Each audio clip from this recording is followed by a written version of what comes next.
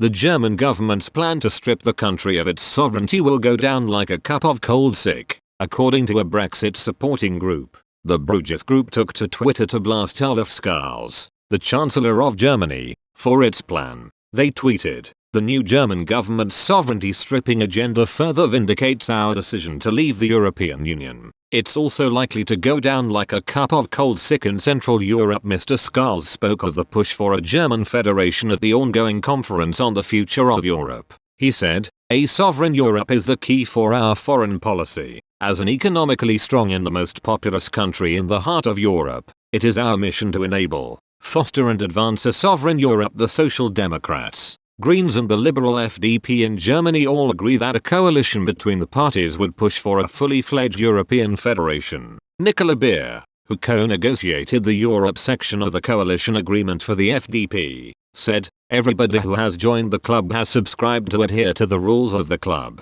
and this definitely includes the independence of the judiciary." But Twitter users were split over the calls from Scholz for stripping the country of its sovereignty. Monty 3812 said, "A bit rich Germany finger wagging at Poland about rule of law. A lot of less ardent Remain voters saw federalization as a distant possibility. Interesting that it's a German political crisis forcing the pace." SJ Random 2 tweeted, "We need a European federation. Imagine my shock. Germany wanting to make a federal Europe. I seem to remember all the Europhiles saying that would never happen. Much like Clegg saying the idea of an EU army was a dangerous fantasy, which then turned out to be true." To Penceworth UK tweeted, "When you read the article, the only concrete reforms are the ability of MEPs to introduce draft laws and more QMV in the council, both of which are democratic reforms in principle, I guess. The federalization agenda seems to just be aspirational."